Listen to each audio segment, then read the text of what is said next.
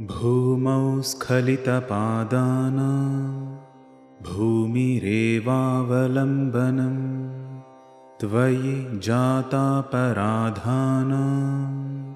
त्वमेव शरणं शिवे.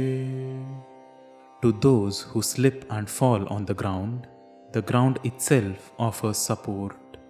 Similarly, for those who commit mistakes in your worship, you alone offer refuge, O Goddess.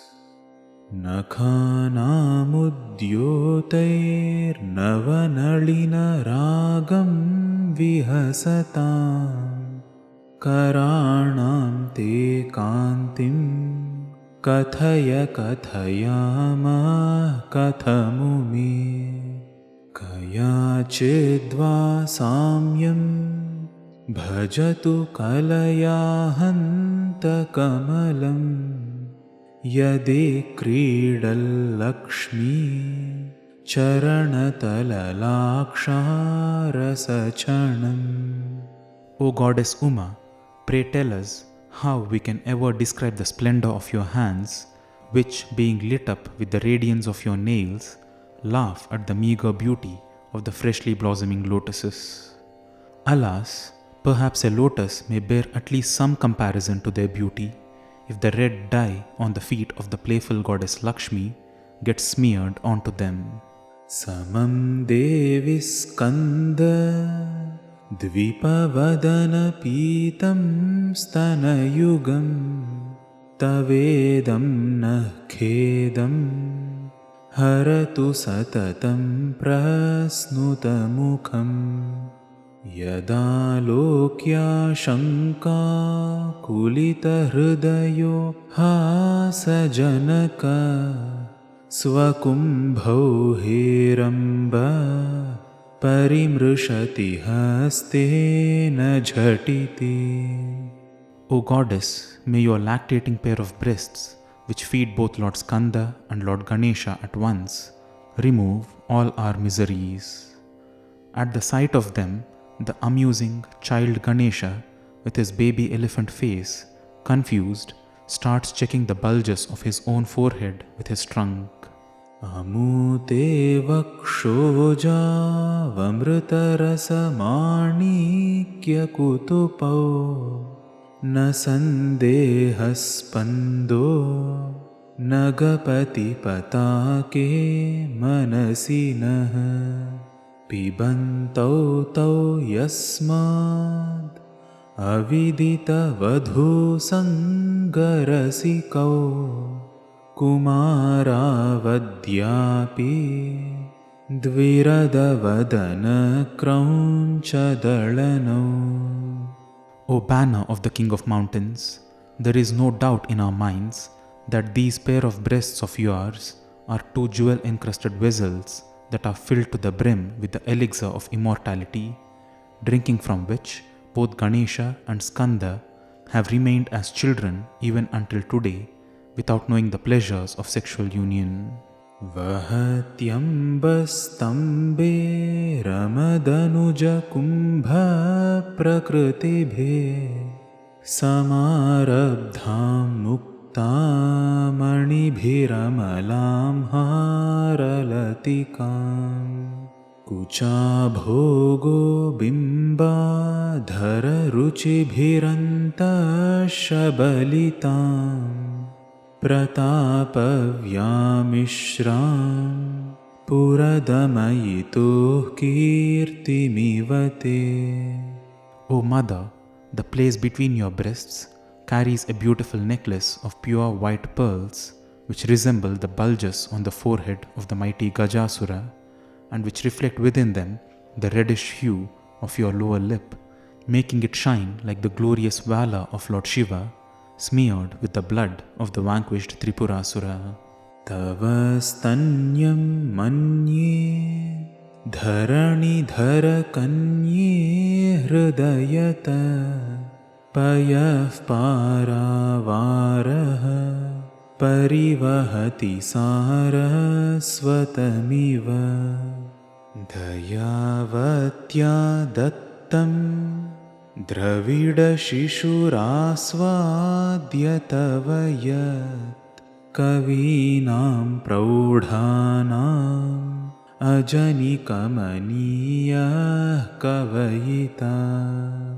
O daughter of the king of mountains, it seems to me that the milk from your breasts flows generously from your heart like an unending ocean of milk and like the richness of poetic brilliance. Provided by you out of your compassion, this child born between the three oceans, having relished it, gave birth to beautiful poetry among the best of poets. हरक्रोधज्वाला वलिभिरवलीढेन वपुषा गभीरे तेनाभि सरसि कृतसङ्गो मनसि जः समुत्तस्थौ तस्माद् अचलतनये धूमलतिका जनस्तां जानीते तव जननी रोमावलिरिति.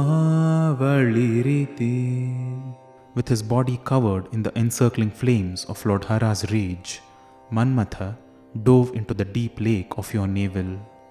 Out of this arose gentle columns of smoke, and O Mother, your children came to know this as a series of fine hairs rising above your navel.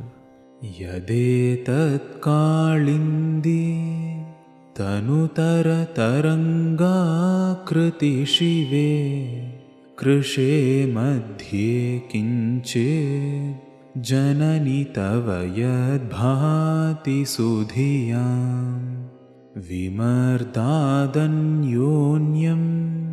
कुचकलशयोरन्तरगतं तनुभूतं व्योम प्रविशदिवनाभिं कुहरिणीम्.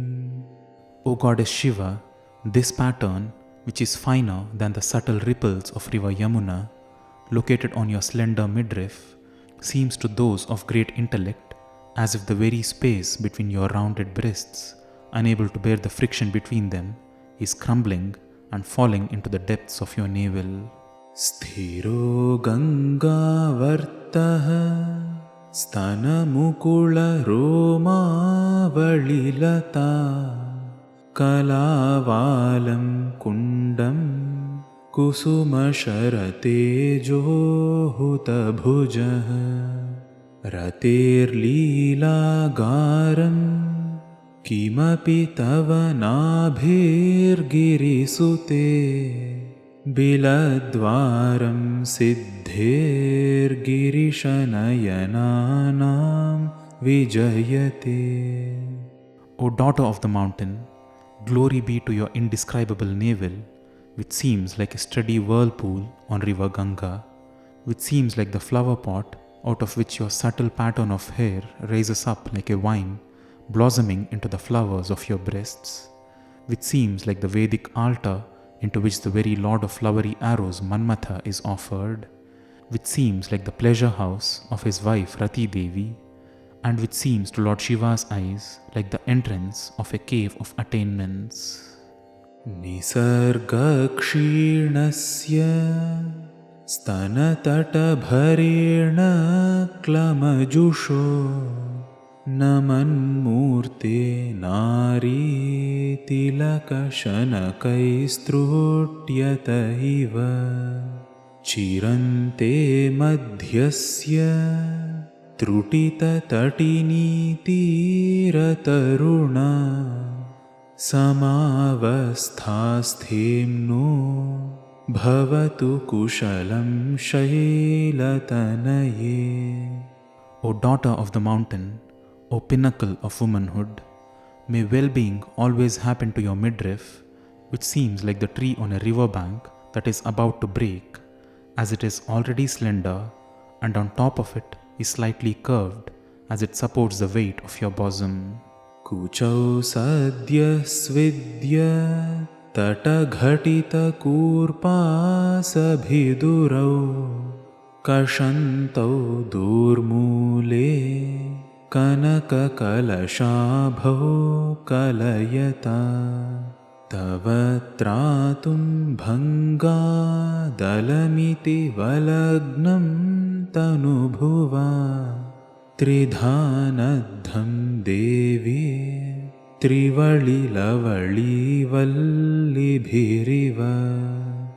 O goddess, as Manmatha was creating your form, when your pair of golden vessel-like breasts started to sweat, rubbing against your arms, drenching the drapes that cover you, in order to save your slender waist from giving up, he added 3 more folds to your waist, which seem like 3 rounds of the cardamom wine.